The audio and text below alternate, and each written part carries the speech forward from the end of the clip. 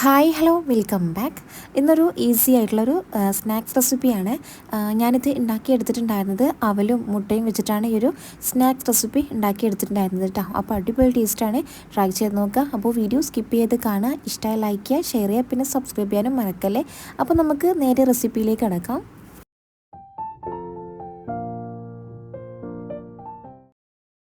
അപ്പോൾ ഈ ഒരു സ്നാക്സ് ഉണ്ടാക്കിയെടുക്കാൻ വേണ്ടിയിട്ട് നമുക്ക് മെയിനായിട്ട് വേണ്ടത് അവലാണ്. ഏത് അവൽ എടുക്കാവുന്നതാണ്.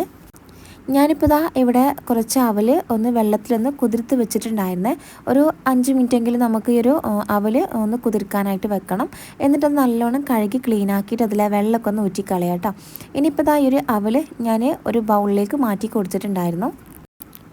ഇനി ചെറുതായിട്ട് കട്ട് ചെയ്തെടുത്ത വലിയ ഉള്ളിയും കൂടി ഇതിലേക്ക് ചേർത്ത് കൊടുക്കാം. ഞാനിപ്പോൾ ഇവിടെ അത്യാവശ്യം വലിപ്പമുള്ള ഒരു വലിയ ഉള്ളി എടുത്തിട്ടുണ്ടായിരുന്നു. ഇതുപോലെ ഒന്ന് ചോപ്പ് ചെയ്തെടുത്തിട്ടുണ്ടായിരുന്നു കേട്ടോ. അപ്പോൾ ഇനി ചോപ്പ് ചെയ്തെടുക്കുക അല്ലാന്നുണ്ടെങ്കിൽ നമുക്ക് സാധാരണ ഉള്ളിവടക്കൊക്കെ ഉണ്ടാക്കിയെടുക്കുന്ന ആ ഒരു രീതിയിലും കട്ട് ചെയ്തെടുക്കാം. നമുക്ക് ഇഷ്ടമുള്ള രീതിയിൽ കട്ട് ചെയ്തെടുക്കാവുന്നതാണ്. ഇനി കുറച്ച് കറിവേപ്പിലയും കൂടി ചെറുതായിട്ട് കട്ട് ചെയ്തിട്ട് അതും കൂടി ചേർത്ത് കൊടുക്കുന്നുണ്ട്.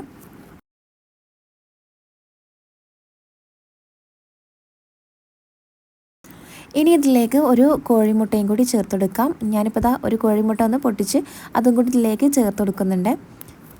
പിന്നെ നമ്മൾ എത്രത്തോളം സ്നാക്സ് കൂടുതലായിട്ട് ഉണ്ടാക്കിയെടുക്കണം എന്നുണ്ടെങ്കിൽ അതിനനുസരിച്ച് അവലിൻ്റെ അളവ് കൂട്ടിയെടുക്കുക കേട്ടോ. അപ്പോൾ കൂടുതലായിട്ട് എടുക്കുകയാണെന്നുണ്ടെങ്കിൽ ഒരു 2 മുട്ടയൊക്കെ ഇതിലേക്ക് ചേർത്ത് കൊടുത്താൽ മതി. ഇനിയിപ്പോൾ അതിലേക്ക് ആവശ്യത്തിനുള്ള ഉപ്പ് ചേർത്ത് കൊടുക്കുന്നുണ്ട്. ഉപ്പൊക്കെ പിന്നീട് നമുക്ക് എല്ലാം കൂടി കുഴച്ചതിന് ശേഷം വീണ്ടും ആവശ്യമായിട്ട് തോന്നുകയാണെന്നുണ്ടെങ്കിൽ ചേർത്ത് കൊടുത്താൽ മതി. അപ്പോൾ ഞാനിപ്പോൾ കുറച്ച് ഉപ്പ് ചേർത്ത് കൊടുത്തിട്ടുണ്ടായിരുന്നു. പിന്നെ ഒരു ടേബിൾ സ്പൂൺ അളവിൽ കോൺഫ്ലോറും കൂടി ചേർത്ത് കൊടുത്തിട്ടുണ്ട്. ഇതിന് പകരമായിട്ട് വേണമെന്നുണ്ടെങ്കിൽ അരിപ്പൊടി ചേർത്ത് കൊടുക്കുക കേട്ടോ. കോൺഫ്ലോർ ഇല്ലാന്നുണ്ടെങ്കിൽ മാത്രം അരിപ്പൊടി ഒരു സ്പൂൺ അധികം അരിപ്പൊടി ചേർത്ത് കൊടുത്താൽ മതി. പിന്നെ കാശ്മീരി മുളക് പൊടിയാണ് ചേർക്കുന്നത് കേട്ടോ. അപ്പോൾ നല്ലൊരു കളറിനൊക്കെ വേണ്ടിയിട്ടാണ് ഞാനിവിടെ അത് ചേർത്ത് കൊടുക്കുന്നത്. പിന്നെ നിങ്ങൾക്ക് നല്ലോണം സ്പൈസി ആയിട്ടൊക്കെ വേണമെന്നുണ്ടെങ്കിൽ ഇതിലേക്ക് പച്ചമുളക് ചെറുതായിട്ട് കട്ട് ചെയ്തെടുക്കാം. അല്ലാന്നുണ്ടെങ്കിൽ സാധാ എരിവുള്ള മുളക് പൊടി ചേർത്ത് കൊടുക്കുക കേട്ടോ. പിന്നെ ഒരു 2 ടേബിൾ സ്പൂൺ അളവിൽ മൈദയും കൂടി ചേർത്ത് കൊടുത്തിട്ടുണ്ട്. എല്ലാം കൂടി നല്ലോണം കുഴച്ചെടുക്കണം. നമ്മളിതിലേക്ക് എക്സ്ട്രാ വെള്ളത്തിൻ്റെ ആവശ്യമൊന്നുമില്ല. ആ ഒരു അവൽ നല്ലതുപോലെ നനഞ്ഞിട്ടുണ്ടാവും. അപ്പോൾ അത് വെച്ചിട്ട് തന്നെ നമുക്ക് ഇങ്ങനെ കുഴച്ചെടുക്കാനായിട്ട് പറ്റും. നമ്മൾ കയ്യിൽ ചെറിയൊരു ബോൾസ് ആക്കി എടുക്കാൻ പറ്റുന്ന രീതിയിൽ വേണം ഒന്ന് കുഴച്ചെടുക്കാനായിട്ട്. കയ്യിൽ ഇങ്ങനെ ഒട്ടി പിടിക്കാമെന്ന് തോന്നുന്നുണ്ടെങ്കിൽ കയ്യിൽ കുറച്ച് ഓയിലോ എന്തെങ്കിലും ഒന്ന് തടവി കൊടുത്താൽ മതി കേട്ടോ. ഇനിയിപ്പോൾ നമുക്ക് ഇഷ്ടമുള്ള ഷേപ്പിലാക്കിയിട്ട് ഒന്ന് ഫ്രൈ ആക്കി എടുക്കാവുന്നതാണ്. അപ്പോൾ ഇതുപോലത്തെ കുഞ്ഞു കുഞ്ഞു ബോൾസ് ആക്കിയിട്ടാണ് ഉണ്ടാക്കിയെടുക്കുന്നത് കേട്ടോ. അപ്പോൾ നിങ്ങൾക്ക് ഇഷ്ടമുള്ള ഷേപ്പിൽ ഇത് ആക്കിയെടുക്കാവുന്നതാണ്. ഇനി ഓയിൽ നല്ലോണം ചൂടാക്കി എടുക്കുക. എന്നിട്ട് അതിലേക്ക് ഈ ഒരു ബോൾസ് ഇട്ട് കൊടുത്തിട്ട് നല്ലതുപോലെ ഒന്ന് ഫ്രൈ ആക്കി എടുക്കുക കേട്ടോ. ലോ ടു മീഡിയം ഫ്ലെയിമിലിട്ടിട്ട് വേണം ഒന്ന് ഫ്രൈ ചെയ്തെടുക്കാനായിട്ട്. ഹൈ ഫ്ലെയിമിലിട്ടിട്ട് ഫ്രൈ ചെയ്തെടുത്താൽ പെട്ടെന്ന് അതിൻ്റെ ഒരു പുറം വശമൊക്കെ പെട്ടെന്ന് കരിഞ്ഞു പോവുകയും ചെയ്യും, ഉൾവശം വേവാതെ വരികയും ചെയ്യും കേട്ടോ.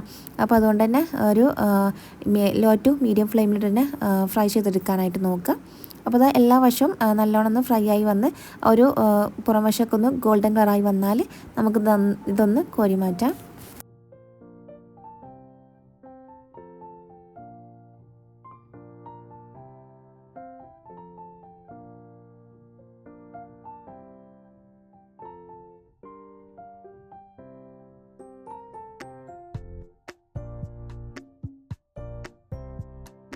അപ്പോൾ നമ്മുടെ സ്നാക്സ് ഇവിടെ റെഡി ആയിട്ടുണ്ട്.